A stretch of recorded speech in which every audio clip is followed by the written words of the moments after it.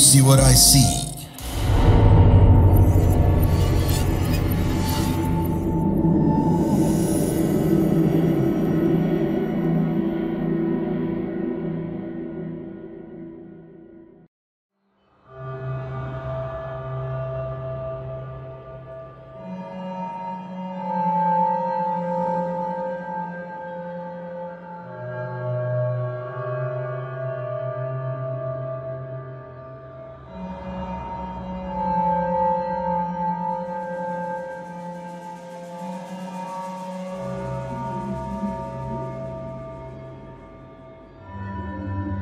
Hai semua, kenalkan aku Agra. Aku ada cerita yang ingin aku bagikan buat teman-teman semuanya. Sebelumnya, aku adalah ibu dari 2 anak dan cerita yang ingin aku bagikan ini bukan tentang aku, tapi tentang anak-anakku. Dulu waktu usianya 11 tahun, kita pindah ke rumah baru. Rumah ini dibangun di atas tanah yang sebelumnya banyak sekali pohon pisangnya. Bahkan ada yang bilang kalau tanah yang dibangun menjadi perumahan ini adalah angker dan kadang dipakai untuk bersembunyi maling. Nah, aku taunya itu dari warga kampung dekat perumahan yang cerita setelah aku di sini sekitar 3 tahun. Nah, sewaktu pindah ke rumah baru ini, anakku yang besar mulai bercerita kalau dia melihat hal yang aneh. Kebanyakan yang dia lihat adalah anak laki-laki yang berlarian di sekitar rumah. Waktu itu aku nggak begitu ngeh kalau dia bisa melihat hal-hal yang aneh, misalnya melihat hantu atau itu. Hal aneh yang pertama kali aku rasain adalah ketika aku berkunjung ke rumah papaku. Di sana kami naik motor berempat, aku, suamiku, dan kedua anakku. Lalu ketika kita sampai di sana, ada temannya papaku yang sedang ngobrol sama papaku. Nah, karena kita sebentar cuma di sana, ketika kita pulang, kita pamitan dong, seperti kayak biasanya gitu, kita pamitan. Terus kita menuju motor, terus kita pulang. Nah, esoknya papaku itu menelpon. Katanya papaku bilang,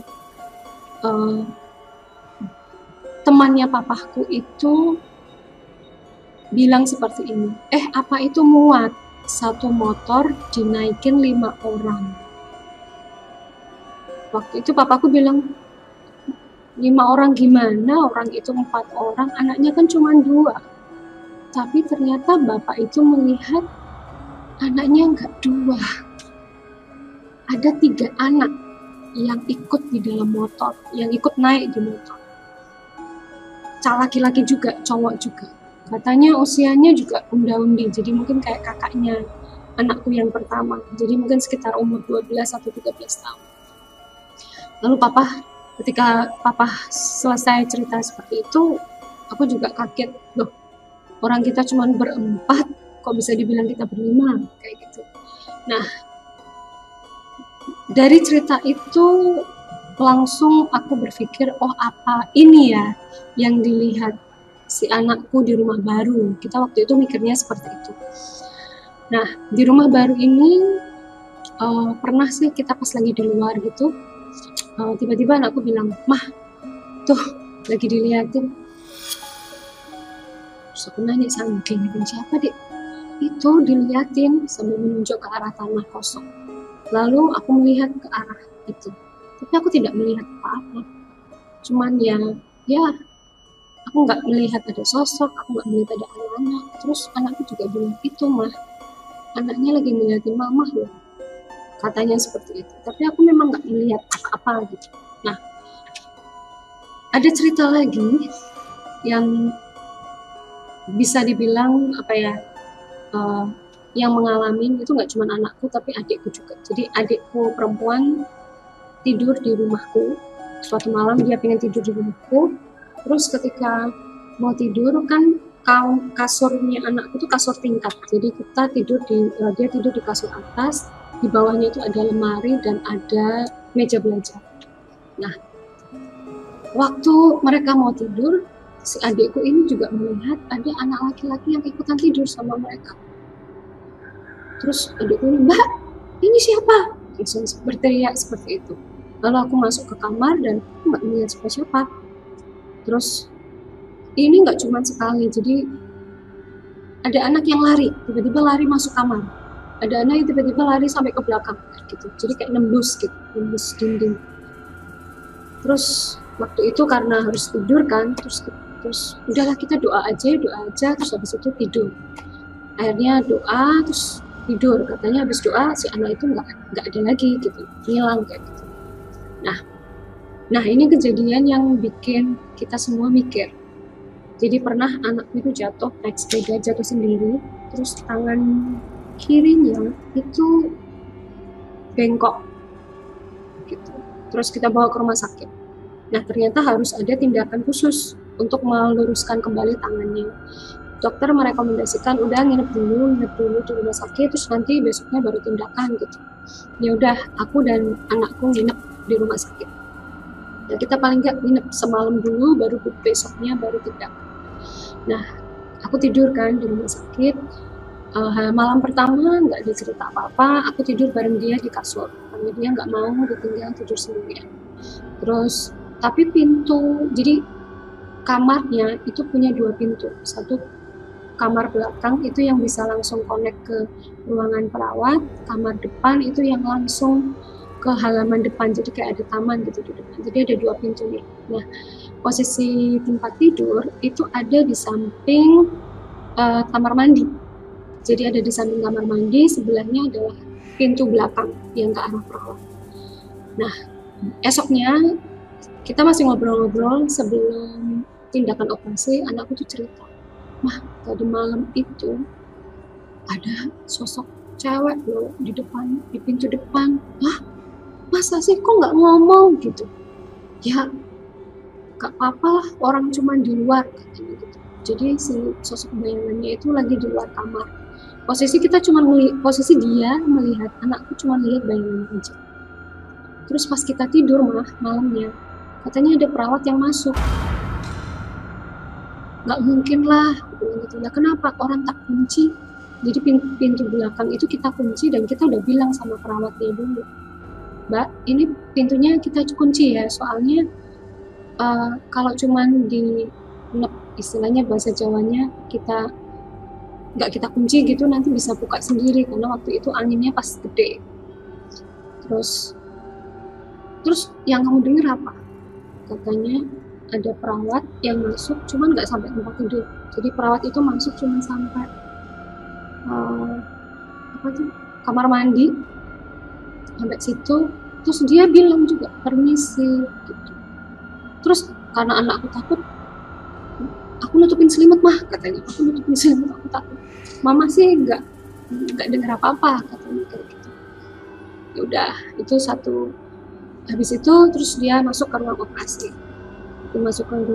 Aku nungguin di luar. Dan waktu nungguin di luar ini aku nggak lihat apa-apa ya, yang aneh ya biasa aja. Ada pasien yang sebelumnya dioperasi yang aku harus nunggu sebentar. Terus dia masuk itu sekitar kurang lebih 1 jam di dalam. Karena perlu di-gips, jadi butuh supaya dia diam dan tidak bergerak. Nah, waktu itu ketika anakku sedang dibius, belum sepenuhnya tidur, dia melihat ada beberapa sosok di dalam ruangan selain dokter dan perawat. Jadi nggak cuma satu, tapi ada beberapa.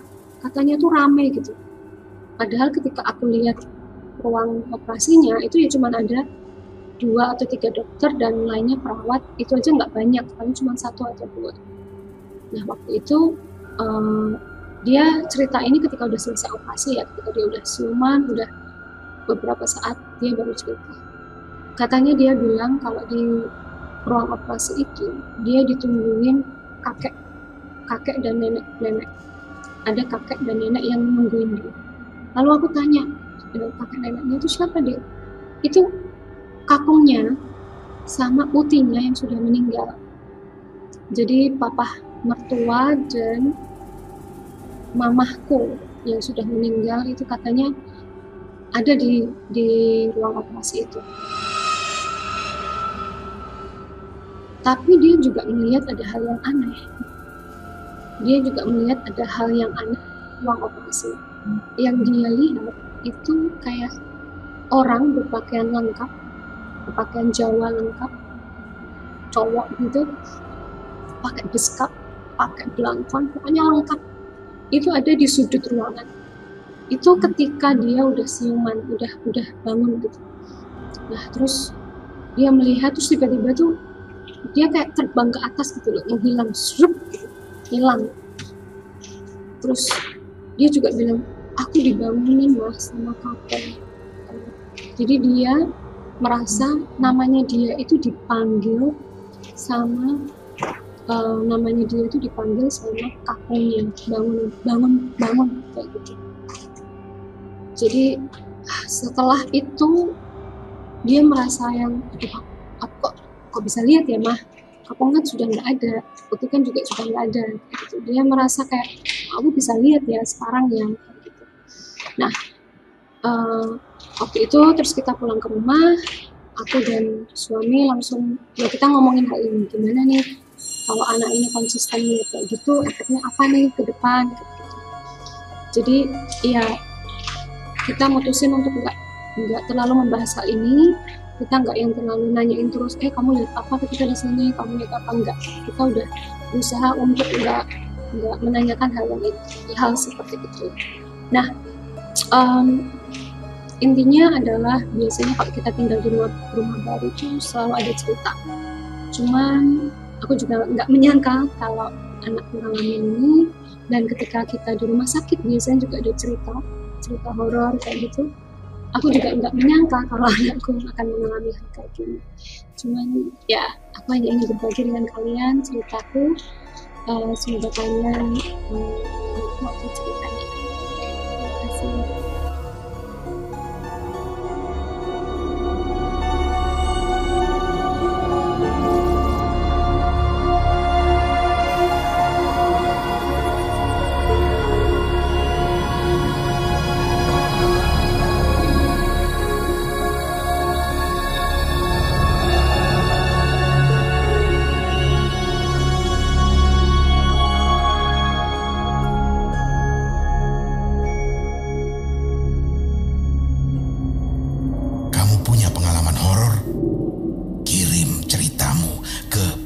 podcast.ceritahoror@gmail.com.